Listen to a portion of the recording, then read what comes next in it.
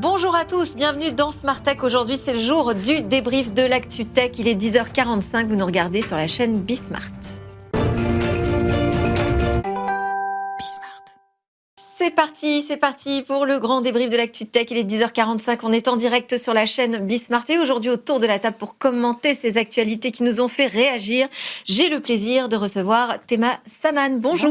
Très heureuse de vous recevoir, avocate au barreau de Paris et de Bruxelles, un spécialiste en affaires publiques et réglementation européenne. Et puis avec nous également Christophe Aulnet. Bonjour, Bonjour Christophe. Delphine. Senior advisor du fonds d'investissement 7-2, ancien PDG de Microsoft France. Et puis Pascal Malotti. Bonjour Pascal, directeur de la stratégie de l'agence marketing digital Valtech.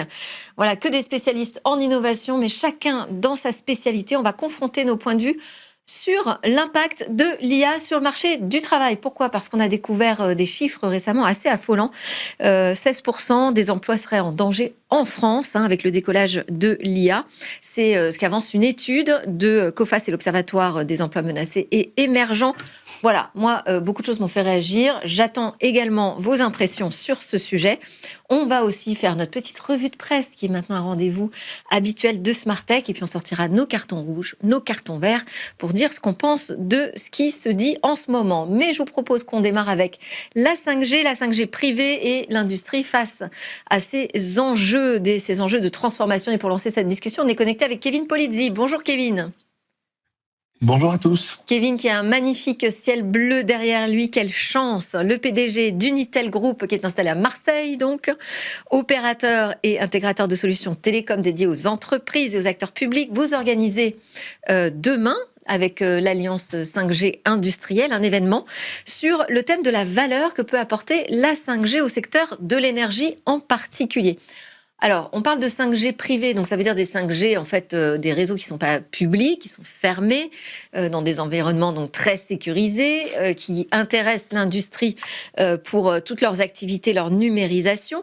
Mais je dis qui intéressent, je ne sais pas, parce que finalement, on attend toujours quand même le décollage. Je ne sais pas si vous étiez, comme moi, au Mobile World Congress, Kevin, cette année. C'était pas du tout la star, c'était pas le sujet que les opérateurs et pourtant tous les spécialistes mettaient en avant cette année. On a l'impression, qu'il y a un retard à l'allumage, voire même peut-être un peu un abandon d'espoir autour de cette 5G privée. Quelle est votre impression ? Alors vous avez tout à fait raison, les opérateurs n'en parlent pas pour la simple et bonne raison, c'est que les opérateurs sont concentrés sur le marché grand public.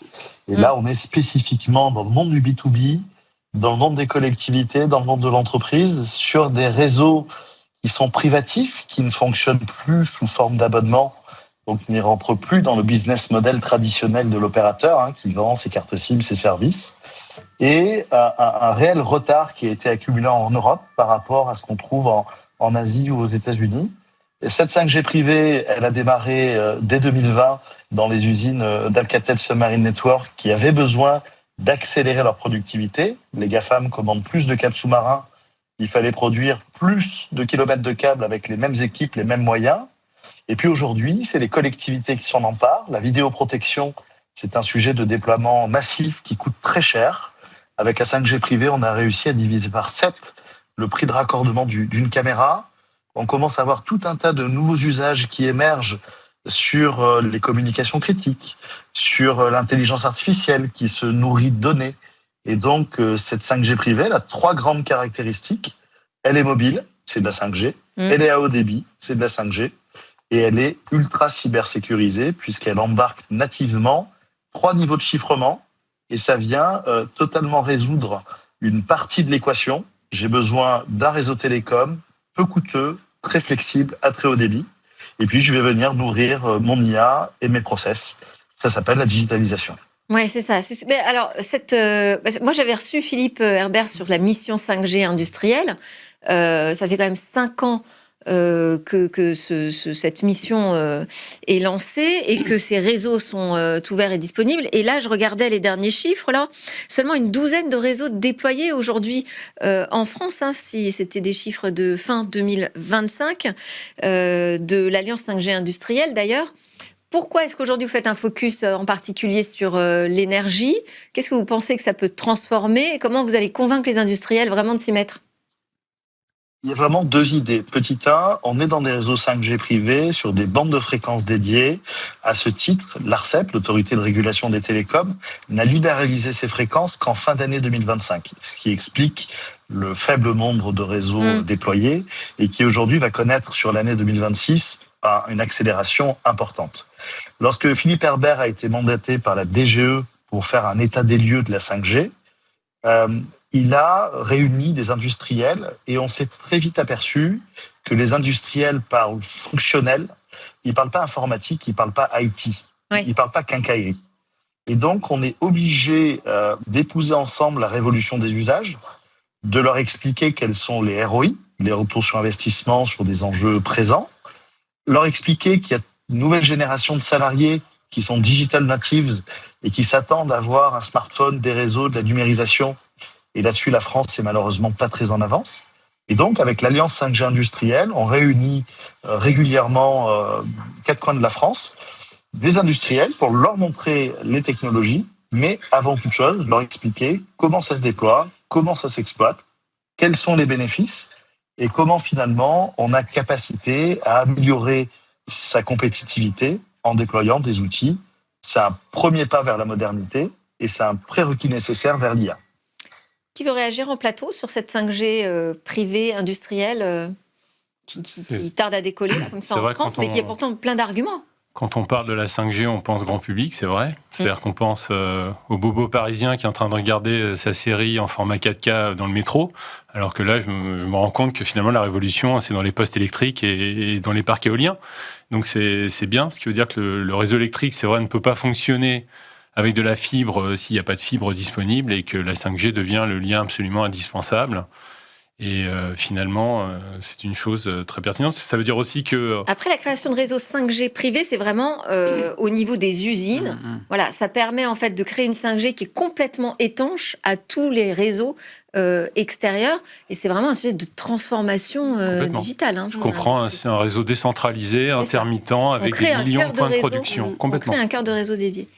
Dans la période actuelle, et vu la situation de l'Europe aujourd'hui, c'est plutôt bien deux choses que je retiens. Ouais. D'abord, c'est toujours bien qu'il y ait des gens qui viennent expliquer la technologie, comment ça fonctionne, comment on l'utilise, et de partir d'ailleurs des usages. Moi, je me souviens, lorsque nous étions ensemble chez Microsoft, notre grand Craig Mundie qui disait « Mais vous allez arrêter de parler de logiciels et parler d'énergie, d'éducation, de télécom, parce que ça, les gens comprennent. » Donc, c'est toujours bien d'avoir cette partie très éducative. Ouais. La deuxième chose, c'est que comme on a pris beaucoup de retard sur les infras des technologies qui aujourd'hui vont développer l'IA, on va vivre avec ce retard, et la manière sans doute de reconquérir un peu notre chemin de souveraineté, c'est que tous les acteurs aient du choix sur les technologies et qu'ils puissent changer ou qu'ils puissent avoir un élément de négociation pour dire j'ai pas forcément besoin de vous parce que j'ai d'autres outils qui peuvent être utiles. Et moi, j'ai toujours dit que c'est plus facile de se marier quand on sait qu'on peut divorcer. Christophe ? C'est vive l'interopérabilité. Nous trois sont dire la même chose. Oui, moi je trouve que ce qui est intéressant, c'est que pour avoir joué un peu avec ces réseaux privés, il y a un vrai potentiel. Mais c'est vrai qu'aussi ça challenge un peu le modèle traditionnel des opérateurs. Et la question que je me pose, c'est est-ce qu'on a une infrastructure aussi de... Bon, c'est très bien ce que expliquait Kevin, à savoir d'avoir des personnes qui font le pont entre entre la technologie et l'usage, mais je crois qu'il nous faut aussi qu'un certain nombre d'acteurs qui déploient des infrastructures se forment à ces outils-là et qu'il y ait une disponibilité de compétences et d'expertise sur le marché pour bénéficier de ça, parce qu'il y a un verrou qui a été débloqué avec les fréquences. C'est important, puisqu'en fait, il fallait quand même que le régulateur donne l'autorisation de pouvoir utiliser ces fréquences pour les isoler du reste et qu'elles demeurent vraiment privées. Mais il faut qu'on ait aussi un mini-écosystème. Alors, il y a 12 réseaux privés aujourd'hui, c'est peut-être pas assez alléchant, mais il peut y en avoir des centaines. Et c'est aussi une façon de garder aussi une certaine forme de souveraineté sur des infrastructures connectées, des infrastructures sensibles. Et donc, je pense qu'il y a, de ce point de vue, faire un événement et un peu de bruit autour peut aussi attirer des personnes qui se disent il y a une opportunité business. vis-à-vis des industriels. Ouais, c'est vrai qu'il y avait le verrou réglementaire. Ça n'a pas empêché quand même des expérimentations de se lancer. Il y a le verrou des compétences, ça c'est sûr, c'est un grand sujet. Et puis il y a le verrou du coût, j'imagine, non, quand même, Kevin? Oui, le coût il est relativement faible par rapport au ROI. Quand vous prenez une collectivité de taille intermédiaire qui paye entre 15 et 20 000 euros le déploiement d'une caméra, lorsqu'on lui explique le coût tombe à 10 ou 12 000 euros, au bout de 15-20 caméras, le réseau est payé, amorti et va pouvoir héberger de nouveaux usages. Si on prend spécifiquement l'événement de demain qui focus sur l'énergie, il y a des opérations au Moyen-Orient, il y a des usines qui sont détruites. On va avoir un impact majeur sur le prix du kilowattheure, du mégawattheure. On a des enjeux de décarbonation qui sont entre guillemets un petit peu mis en suspens ou qui sont repassés sous le radar, mais il ne faut pas les oublier parce qu'à la fin de la décennie, une taxe carbone va forcément émerger. Et donc aujourd'hui, digitaliser les flux énergétiques, c'est avoir la garantie de ROI très important. Et à ce titre, le coût du réseau, le coût de la technologie est sincèrement marginal. Bon, écoutez, on vous souhaite un bon événement, de réussir à convaincre tous ceux que vous avez invités. Kevin Polizzi, je rappelle, vous êtes le président d'Unitel Group. En vrai, c'est le sujet de la révolution industrielle en France, quoi, et du retard qu'on a pris déjà. Je vous propose qu'on enchaîne sur notre autre sujet, c'est l'impact de l'IA sur l'emploi. On nous dit, et je voulais avoir votre avis, ce que vous pensez de ces prévisions réalisées par deux économistes issus de l'Observatoire des marchés émergents et de la compagnie d'assurance Coface, qui nous dit que l'IA dite agentique met en danger 16,3% des emplois privés et publics en France. Ça fait 5 millions d'emplois en France menacés d'ici à la fin de la décennie, avec un focus particulier en plus sur les métiers à forte valeur cognitive, nous dit cette étude. Qu'est-ce que vous en pensez, vous? Qui veut commencer? Pascal. 5 millions d'emplois menacés, déjà, c'est pas 5 millions d'emplois supprimés. Donc, je vais essayer de rester positif. Ok, voilà. C'est vrai. Pour l'instant, ce qu'il y a de certain, c'est que l'IA détruit des tâches, détruit pas encore des métiers. Mais c'est vrai que quand on lit l'étude, ça fait sensation de se dire que, à court terme, le plombier est plus protégé que le juriste fiscaliste. Voilà. Donc, et ça demande aussi évidemment de repenser ce qu'on raconte depuis 30 ans à nos enfants, c'est-à-dire à nos chères têtes blondes qu'il faut faire des études de longue durée pour essayer de s'en sortir, ou bien ce qu'on racontait sur les 10 dernières années que, mon cher enfant, être développeur, c'est le métier d'avenir, et on se rend compte qu'en réalité... ça oui, ça bouge vite. C'est fini, et tous les 6 mois, il va falloir revoir sa grille, et c'est aussi un changement de paradigme par rapport à la révolution industrielle, parce que la révolution industrielle, c'est la fin des métiers manuels, au profit des métiers à forte valeur cognitive. Et là, on se rend compte que pour l'instant, c'est les métiers à col blanc qui sont potentiellement menacés. J'ajouterai un dernier élément. Je ne sais pas si c'est... Alors, entre menacés et supprimés, en fait, ils ont fixé à 30%. Ils estiment que dès 30% des tâches d'un métier qui peuvent être automatisées par une IA, alors ça veut dire que ce métier est en danger. Oui. Bon. Ouais. Christophe? Non, je t'en prie, vas-y. Bon, tes mains. Alors, je pense qu'il ne faut pas raisonner mécaniquement. Vous êtes directement concerné, vous savez. Bah oui. Il y a écrit, mais alors, ça fait 10 ans qu'on me dit ça. Alors, attendez. Non, mais c'est écrit. L'avocat était protégé jusqu'ici par son savoir, mais à l'avenir, cela ne sera probablement plus le cas. Alors, je pense que l'avocat va devoir réfléchir différemment à sa manière de fonctionner. Moi, je suis avocate, mais j'ai travaillé 10 ans pour Microsoft. Donc, je ne suis pas une digital native, mais quand même, j'ai compris l'intérêt des outils de productivité de la tech. Et je me souviens quand, dans mon cabinet, on défendait une grande entreprise de VTC, les chauffeurs de taxi me disaient « Mais vous aussi, vous allez disparaître ?» Je dis « Non, moi, je ne vais pas disparaître. » Parce qu'en fait, la technologie va juste me permettre d'aller plus vite et de me rendre plus intelligente. Et du coup, alors j'ai un de mes amis patron d'une boîte dans le spatial qui me disait « C'est la fin des métiers assis et c'est le nouveau règne des métiers debout. » Ceux qui sont devant leur ordinateur et qui tapent, ils peuvent très bien être modifiés, mais on ne va pas vous remplacer par un robot. Dans ma négociation, dans la subtilité de l'effet cognitif, de la conviction que peut avoir un avocat, le robot, ça ne va pas fonctionner. L'argument, il est pas aussi important que le ton, la confiance, la relation qui a pu être mise. Premier élément. Deuxième élément, moi j'adore en fait. Pourquoi ? Parce que ça me permet d'aller beaucoup plus vite et d'approfondir mes sujets. Et d'ailleurs, entre les métiers, en fait, et je dis à mon associée qui elle est plus réticente, elle a changé, hein, elle était beaucoup plus réticente, en disant mais quand même, il peut pas penser comme moi. J'ai dit écoute, si tu t'y mets pas, tu vas juste être moins rapide qu'un certain nombre de tes collègues. Et me dit-elle, oui, mais j'en ai ras-le-bol de passer du temps à des clients qui m'envoient la note ChatGPT. Oui. Alors, il paraît que ça, c'est devenu fréquent dans les cabinets d'avocats. Tu factures la note, la correction des bêtises qu'on t'a pu te dire, parce qu'au cas particulier et dans ton accumulation d'expérience, on n'est pas du tout dans la disparition. Oui. Et puis, la robotisation, aujourd'hui, c'est pas très bon pour l'instant, le résultat produit, mais on peut imaginer que ça s'améliore. Oui, mais moi, ce que je dis, donc moi, mon point de vue, c'est de dire, ça va pas supprimer, on va être augmenté, on va avoir des gains de productivité, le sujet n'est pas mécanique, il y aura des métiers qui auront disparu, on n'a plus de cochers, Les cochers ont disparu, mais c'est pas très grave en fait. Mais d'autres métiers émergeront qui seront liés à ces gains de productivité. D'ailleurs, je renvoie... Moi, de toute façon, sur la question des métiers manuels, j'ai quand même un gros doute, parce que un des business importants de l'IA, c'est la robotique. C'est l'IA physique. Et la robotique, c'est les métiers manuels. Donc, oui, mais enfin, c'est pas non plus le plombier devant vos toilettes. Donc, non, mais je veux dire, c'est pas parce qu'on a un métier aujourd'hui manuel ou à faible valeur cognitive qu'on n'est pas menacé par les IA. Et je voudrais juste terminer par dire que les chiffres montrent... Là, je ne sais pas si vous avez vu le point de vue de Philippe Aghion, qui est quand même prix Nobel, qui dit en fait, dans le passé, la technologie a créé des gains de productivité qui ont permis d'en faire autre chose. Les codeurs-développeurs sont en difficulté, c'est sûr. Et puis, il ne faut pas confondre aussi avec les annonces des grandes boîtes de la tech de leur nombre de licenciements parce qu'ils ont besoin d'argent pour pouvoir développer l'IA ou qu'ils s'adressent au marché. Et la réalité dans les entreprises, où par exemple sur le machine learning, les boîtes qui l'ont utilisé ont embauché. Elles ont augmenté leur productivité, augmenté leur activité et donc augmenté leurs besoins dans toute une autre série de domaines. Donc, on ne sait pas. Alors, mais il faut pas s'affoler, il faut plutôt embrasser et utiliser. Ça fait un point de vue différent, Christophe.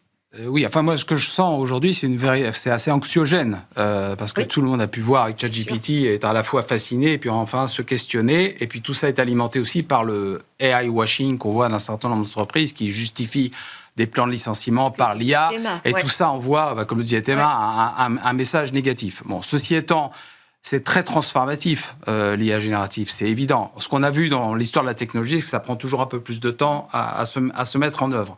Et qu'aujourd'hui, il y a des métiers qui vont être menacés, ça c'est certain, mais globalement, c'est plus, comme tu le disais, des tâches qui vont être... Donc la question, c'est de savoir, quand un certain nombre de pourcentages de tâches sont automatisés... Alors là, vous êtes d'accord avec les 30%, par exemple, Christophe, quand il y a 30%? Je ne sais pas si le métier est menacé, ce que j'aimerais, c'est qu'on ait une vision un peu plus holistique des choses. Oui. C'est-à-dire que, et je trouve que ça manque beaucoup, c'est-à-dire se dire, moi, si on me dit demain, dans l'éducation nationale ou dans les hôpitaux, on peut éliminer tout un ensemble de jobs de bureau qui serviront plus, qui seront plus nécessaires avec l'IA et réallouer plus d'infirmiers, plus de profs, voire plus de managers de terrain dans les entreprises, plus de personnes au plus proche des clients. Je pense qu'à coût équivalent, on peut avoir des entreprises beaucoup plus efficaces. Donc, je trouve que ce qui manque beaucoup dans le débat aujourd'hui, c'est une prise en compte un peu plus, de prendre un peu de recul par rapport à ça. Et l'autre élément, c'est que, évidemment, il y a une incertitude. Est-ce que ça va être une job-apocalypse ou est-ce qu'on va aller vers une augmentation ? On ne sait pas. Mais la seule réponse qu'on peut donner, ce que dit Théma, c'est formez-vous. Parce que de toute façon, demain, vous serez beaucoup plus compétitif sur le marché du travail en étant un étudiant augmenté, un stagiaire augmenté, un salarié augmenté ou un senior augmenté que si vous êtes rétif et que vous avez une attitude de réticence par rapport à ces outils-là. Moi, je suis tout à fait d'accord. Je trouve qu'il y a un ton très apocalyptique quand même sur cette étude et les études en particulier menées sur l'IA, le marché de l'emploi. Moi, je trouve en désaccord sur la question des métiers à forte valeur cognitive qui seraient les plus menacés. Parce que c'est quand même ces métiers-là aujourd'hui qui créent les IA et qui vont les faire évoluer pour les rendre meilleurs. Et puis ça voudrait dire qu'on deviendrait tous, si on lit l'étude comme ça, on se dit on va tous devenir des ouvriers de l'IA. On va tous devenir en fait au service de l'IA. Et ça, pour moi, c'est une vision un peu de collapsologue. Voilà. Surtout, c'est pas en ligne droite.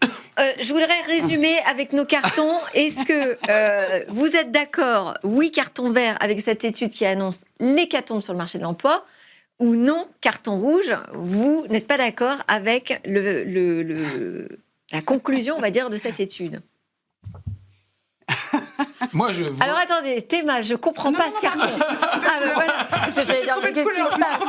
c'est pour ça que je regardais la couleur. Je vais trouver de couleur. D'accord. Et de Théma, je me méfiais. Mais on a encore Pascal qui doute. Mais en fait, on ne sait pas. Hein. Qui doute. On sait pas. On sait Et on pas. veut C'est être pas- positif. Bon, Mais et en fait, ça sera ce qu'on en fera. En On a fait, envie. en fait, ce sera ce qu'on en fera. Donc, c'est pas écrit. Très juste. Exactement. C'est pour ça qu'on a besoin de garder nos cerveaux actifs. Une chose Exactement. positive, si on est tous réduits à devoir rien faire de nos journées, on va créer plein de nouveaux business parce qu'on Exactement. on va inventer des nouveaux besoins. Exactement. Eh ben, tout à fait. Et on inventera autre chose que l'IA, Tout à fait. la future révolution. Donc ça maintiendra le règne de Schumpeter. Voilà. Bon, alors, revue de presse. On commence avec Libération. Libération qui titre « Chine, la justice française balaye les demandes de l'État. La marketplace ne sera pas suspendue. » Donc, en fait, c'est la suite et fin, on va dire, de l'histoire de la vente des poupées sexuelles qui ressemblaient fortement à des petites filles, de vente d'armes, de vente de médicaments, enfin, d'où des produits illégaux sur la marketplace de Chine. L'État demandait sa suspension et donc la justice dit non, c'est une demande tout à fait disproportionnée. Donc, vous dites oui, la solution c'était l'interdiction et c'est bien dommage cette décision, ou non, de toute façon l'interdiction ça n'avait pas lieu et place dans cette affaire. Non, c'est quoi? C'est le Le rouge? rouge ou le vert? Oui, non, c'est rouge. Rouge, Ah, c'est Théma, très je vois pas. ennuyeux. Ok, on est tous d'accord. Donc pourquoi? Un petit argument chacun. C'est une réponse émotionnelle à un sujet de fond. Ouais. C'est-à-dire que interdire Chine, c'est comme essayer d'arrêter l'océan avec un dé à coudre. Donc la digue, en fait, elle doit être réglementaire, c'est la DSA, c'est les droits de douane, c'est la responsabilité de ces plateformes, parce que c'est ça le problème, en fait, ces plateformes ne sont pas contrôlées. Exactement. Donc on ne sait pas ce que... Et eux-mêmes ne le savent pas, d'ailleurs. Ils affirment ne pas le savoir. Peut-être qu'ils ne mettent pas assez de moyens, mais bon. Ce que les vendeurs tierces peuvent refourguer comme produit sur ce type de plateforme. Donc, Alors, oui, enfin, après, ils ne veulent pas savoir forcément, parce qu'ils ont les moyens quand même. Justement, aujourd'hui, ils sont équipés d'intelligence artificielle, par exemple. Oui. Pascal. oui, mais ça répond pas à tous les besoins non plus. Bon, là où c'est hypocrite de la part de la justice, dire que fermer Chine, c'est disproportionné, on dirait du baladurisme ou du balamoud. Ça fait 10 ans qu'il n'y a pas de cadre légal et c'est ça qui est disproportionné finalement. Ouais. Une Je ne réaction. suis pas du tout d'accord sur le fait qu'il n'y ait pas un cadre légal. Il y a un cadre légal qui vient d'être exercé là. En fait, ce que dit la justice, c'est d'abord, je rappelle que le DSA, donc l'acte pour les services numériques, est rentré en application, qu'il est rentré en application en 2024 ou 2023 si je ne m'abuse, et qui commence à fonctionner. Chine est une très grande plateforme soumise à un certain nombre de règles qui plus fortes que pour les plus petites plateformes, et que par ailleurs, ils ont respecté la règle sur un modèle économique sur lequel il faut revenir. La plateforme, c'est l'endroit où toute une série de gens peuvent exercer Alors, la marketplace, ou la place de marché. La place de marché. C'est divers commerçants. Exactement. Ils ont plusieurs obligations. Un, des sujets sur leur algorithme, c'est-à-dire que si l'algorithme ne dysfonctionne par rapport à des objectifs d'ordre public ou de légal, ils sont responsables. Donc, je rappelle, ne pas respecter l'acte pour le service numérique, ça peut aller jusqu'à 6% de votre chiffre d'affaires mondial. Donc, personne ne rigole avec ça. Qu'est-ce qu'a fait Chine, d'ailleurs? C'est quoi leur obligation? Ils ont supprimé les... C'est quoi leur obligation? Leur obligation, c'est quand on leur signale qu'il y a un problème, qu'ils enlèvent. Qu'est-ce qu'ils ont fait? Quand on leur a signalé, ils ont enlevé. Ensuite, on pourrait penser qu'ils aient des éléments de modération qui leur permettent de voir plus vite. C'est en train de se mettre en place et c'est là-dessus qu'il faut qu'ils soient sanctionnés. Maître Donc, Saman, est-ce qu'on peut avoir un résumé parce que le temps file? Oui, bien sûr. Grosso modo, on a déjà... Oui, mon désaccord est sur le fait qu'on a une régulation en place qui commence à fonctionner, que dans des états de droit, on ne peut pas décréter, il faut parfois donner du temps au temps, qu'on a ce qu'il nous faut en matière réglementaire. Et là où je suis aussi d'accord avec vous, on ne va pas traiter la disproportion et le retard européen par rapport à la production chinoise en interdiction, parce que l'interdiction est toujours plus facile. L'interdiction, c'est trop facile à dire, en tout cas. J'ai pas d'éléments très complémentaires à donner sur le sujet, je suis assez d'accord. Allez, on passe à Numérama qui titre « Nous sommes extrêmement fiers du travail accompli ».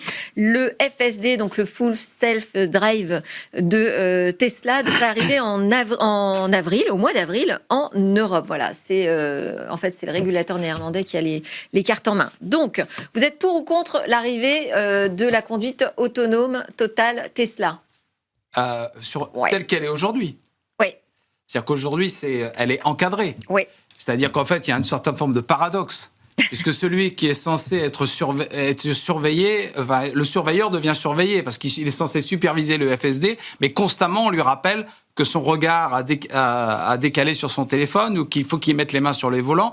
Ah oui, un certain nombre d'utilisateurs disent d'ailleurs que c'est assez épuisant de conduire une Tesla dans ce mode-là. Donc, tant que ça restera comme ça, en fait, c'est quasiment aussi sécurisé, si ce n'est plus que la conduite normale. Les questions demeurent sur, effectivement, le fait d'aller vers une autonomie totale, sur les problématiques de responsabilisation. Et tout ça, il faudra bien l'adresser à un moment donné. Mais cette première étape me paraît très positive. Bon. Oui, pour l'évolution de la réglementation, parce qu'on ne peut pas rester à la traîne éternellement sur la conduite autonome en Europe, derrière la Chine, les États-Unis. On parle en permanence sur ce plateau de l'absence d'avant-gardisme et de notre souveraineté, et on ne fait rien pour changer la réglementation. Non pour le produit, parce que le produit FSD, c'est niveau 2, je rappelle, donc c'est de la supervision obligatoire, ce qui veut dire que Mercedes a des produits niveau 3 depuis 3 ans. Ouais. Donc c'est le Godot de la conduite autonome, Musk. Le problème, c'est pas le produit d'ailleurs, c'est lui-même. Donc c'est une absence de direction et un problème de réputation chez Tesla. Donc oui, il faut que ça arrive, tant mieux. Peut-être que ça va obliger les autres pays à accepter la conduite autonome. J'ai vu que la France avait une position très, on va dire, courageuse, qui est de dire si les autres pays l'adoptent ou l'Union européenne l'adopte, on l'adoptera. Comme souvent, mais oui. On a vu avec les robots taxis pour les JO, on pensait qu'on allait avoir l'expérimentation. Toujours pas. Non, toujours pas. Allez, on passe à la Croix qui nous rappelle que X a fêté ses 20 ans. Et oui, ça y est, retour sur 10 tweets qui ont marqué l'histoire. C'est comme ça que la Croix a voulu célébrer ce moment. Moi, je voulais vous demander si c'était un réseau social qui continue de compter aujourd'hui. Oui, ça continue d'être important Twitter. Non. Alors Pascal, on donne la parole à Pascal encore une fois, et après à Théma, et ce sera fini. Non mais Twitter, c'est la plus grosse destruction de valeur économique dans l'histoire du digital. Est-ce que vous avez quitté X? Mais je ne suis... je suis toujours... J'ai un profil sur X, mais je n'ouvre pas X. Ouais. Donc... L'oiseau bleu est mort. Si on veut être au courant, vous êtes d'accord, il faut quand même aller voir ce qui se passe. Oui, alors voilà, si on répond à la question, pour qui ça compte? Ça compte pour les journalistes. Oui, non, mais d'accord, mais quand on a un modèle économique de PME régionale, ça pose un problème. Ça compte pour les journalistes, ça compte pour les politiques, parce que Blue Sky, parce que Mastodon, parce que Thread ne répondent pas à la demande. Mais les annonceurs, le tech stack aujourd'hui, il est absolument pas assez pointu pour faire du targeting comme sur Meta. Et alors, la vérité factuelle, on oublie.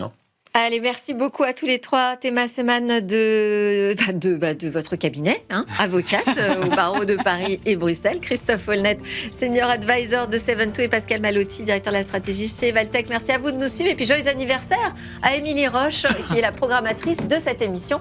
Bon anniversaire, Émilie.